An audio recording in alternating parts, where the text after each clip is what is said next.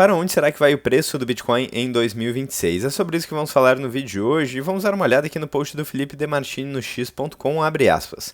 Acabou a pressão vendedora que derrubou o Bitcoin de 126 mil dólares. Holders de longo prazo pararam de distribuir Bitcoin pela primeira vez desde outubro. Será que o fundo está confirmado? E aqui a gente tem um gráfico, né? A gente vê as linhas verdes aqui de pressão compradora que acabaram levando eventualmente o preço do Bitcoin para cima e aqui a pressão vendedora em vermelho que parece que realmente diminuiu.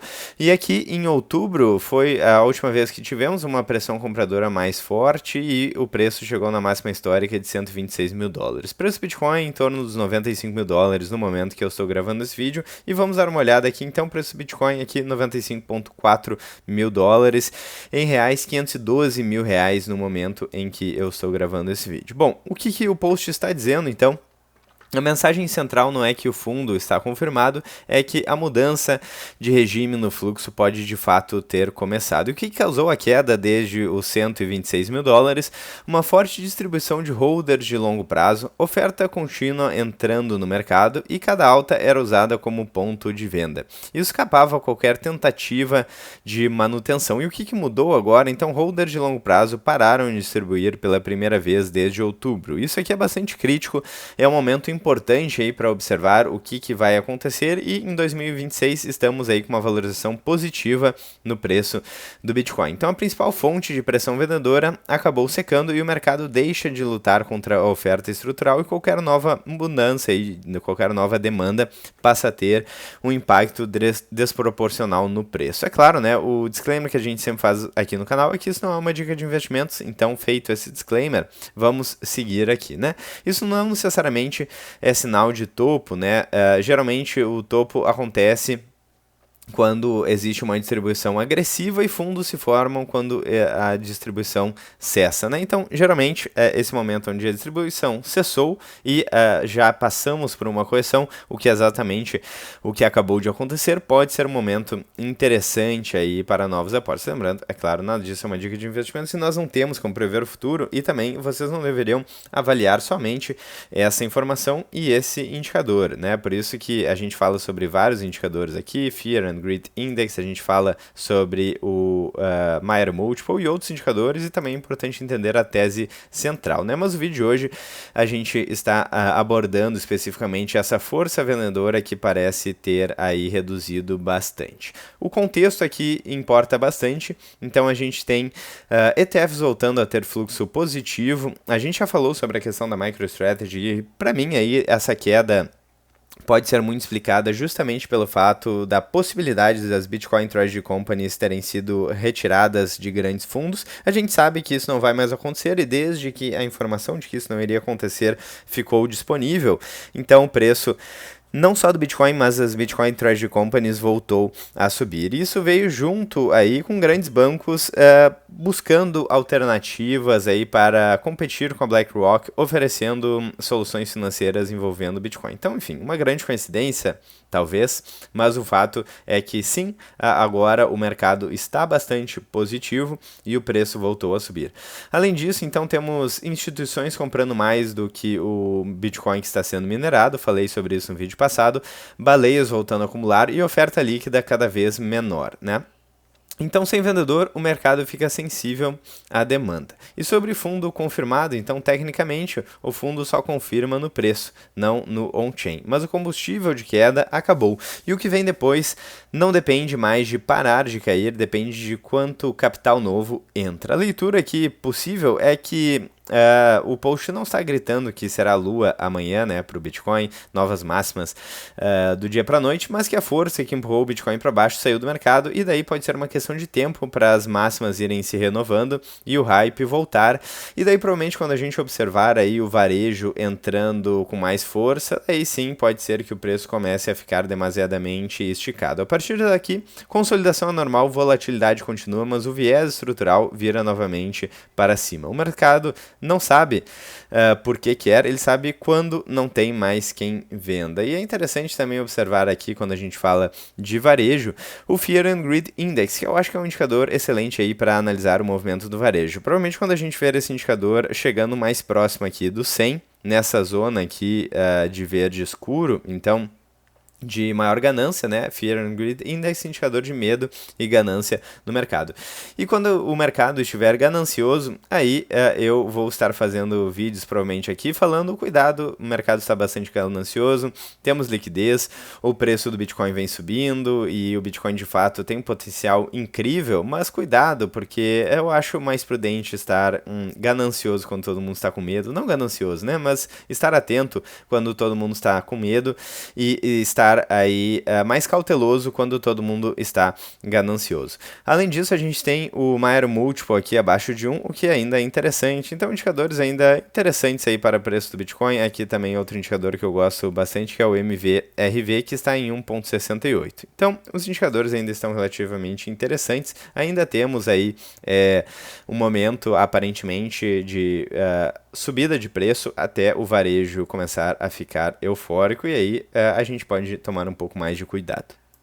E também em relação a esse assunto, aqui a gente tem dois gráficos do interesse ao longo do tempo da prata e do Bitcoin, mas antes de falar sobre isso, eu quero lembrar rapidamente, antes que eu me esqueça, se você gosta do conteúdo do canal, já deixa o like, isso ajuda muito, e principalmente considere fazer parte da área de membros para acessar todo o conteúdo exclusivo do canal e ainda apoiar a nossa iniciativa, certo? A gente depende do apoio de vocês para continuar fazendo vídeos com cada vez mais qualidade e frequência, pois somos um canal independente. Então, muito obrigado para todo mundo que contribui, seja com uma ajuda financeira, o famoso elogio sincero, com like ou com o tempo de vocês aí, tudo isso ajuda muito. Então, mais um post aqui do Felipe Demartini. Isso aqui eu achei muito interessante e tem muito a ver com o que a gente estava falando de grandes players que fazem movimento quando a manada não está interessada, quando o preço está baixo, quando todo mundo está com medo, e as sardinhas, que elas entram no hype, elas entram quando todo mundo está falando sobre o assunto. Então, uma imagem vale mais que 1000 palavras. Aqui a gente tem um interesse ao longo do tempo da prata, e aqui a gente tem um interesse ao longo do tempo do Bitcoin. E olha só que curioso, né? Quando o preço do Bitcoin não parava de subir, o interesse estava lá no topo. E agora que o preço caiu, o interesse da população de uma maneira geral, das sardinhas, caiu, do varejo caiu. Então o pessoal não quer saber do ativo quando o preço está caindo, quando deveria ser exatamente o contrário. Quando existe uma promoção, aí sim que as pessoas deveriam se interessar por bons ativos, é claro. E aqui a gente tem o interesse da prata ao longo do tempo. Ninguém ligava para a prata até a prata começar a fazer mais de 100% em dólar. E talvez o Avelino, né? O Avelino falava sobre isso antes dessa valorização brutal da prata. E o Peter Schiff talvez falava sobre ouro também já há algum tempo, né? Mas enfim, o fato é que agora o varejo está entrando nesses ativos. Isso significa que esses ativos vão parar de se valorizar? De maneira nenhuma, porque a gente já falou recentemente sobre o motivo que está fazendo com que todos os ativos escassos praticamente sigam se valorizando, que é basicamente o colapso das moedas fiduciárias. O dólar já perdeu mais de 97% do seu poder de compra desde 1913, o real nem se fala, e a dívida está explodindo no mundo inteiro. Então, claro, o motivo pelo qual todo mundo quer ativos escassos, porque basicamente o dinheiro, ele não é nada escasso hoje em dia, o dinheiro, as moedas fiduciárias, melhor dizendo, né? Então o pessoal está fugindo para ativos escassos, alguns para imóveis, ações, ouro, prata, Bitcoin e assim por diante. E principalmente bancos centrais e países, tá? Porque a gente inclusive tem essa divisão geopolítica do mundo, então se o dólar não é mais uma moeda global que pode ser utilizada por todos os países do mundo sem medo de sanções, então, né, outras alternativas vão surgindo, Bitcoin, ouro e assim por diante. E a gente viu nos últimos anos, inclusive eu falei sobre isso, bancos centrais comprando bastante metais aí, né? Então a questão dos metais, na verdade, é um tema assim muito recorrente na escola austríaca de economia. Inclusive o livro O Padrão Bitcoin fala sobre o Gold Standard, certo? Então, um momento onde a humanidade tinha uma moeda um pouco mais decente. E eu tenho um vídeo aqui no canal, talvez um dos vídeos mais assistidos, que é justamente sobre isso, o final do padrão ouro que aconteceu em 1971. Enfim, então o ouro e a prata e os ativos escassos, de uma maneira geral, têm aí várias utilidades, né, diferentes entre si. Mas o fato é que, enquanto austríacos, economistas sérios falavam sobre o problema da escassez do dinheiro há muito tempo, o varejo só descobriu a prata e o ouro agora, certo? Então observe o interesse ao longo do tempo. E aí é novamente aquela coisa, né? As sardinhas, o varejo está muito mais propenso a comprar na alta e vender na baixa. Então temos o Google Trends, que mede o interesse relativo na busca, não mede preço, fluxo, compra institucional ou adoção real, mede a atenção do público geral, ou seja, é um termômetro de varejo, não de capital. E por que a prata está explodindo no gráfico? Bom, a resposta é simples, a prata se valorizou aqui 196% em dólar nos últimos 12 meses. Eu acho que esse é um motivo mais do que suficiente para isso. Então esse tipo de spike normalmente vem de manchetes macro, e aqui conflitos, inflação, crise bancária, conteúdo alarmista em mídia tradicional, público buscando Porto Seguro clássico, interesse sobe antes do varejo entrar, não depois. E aqui, na verdade, eu colocaria como um motivo principal, que é o preço ter disparado, certo?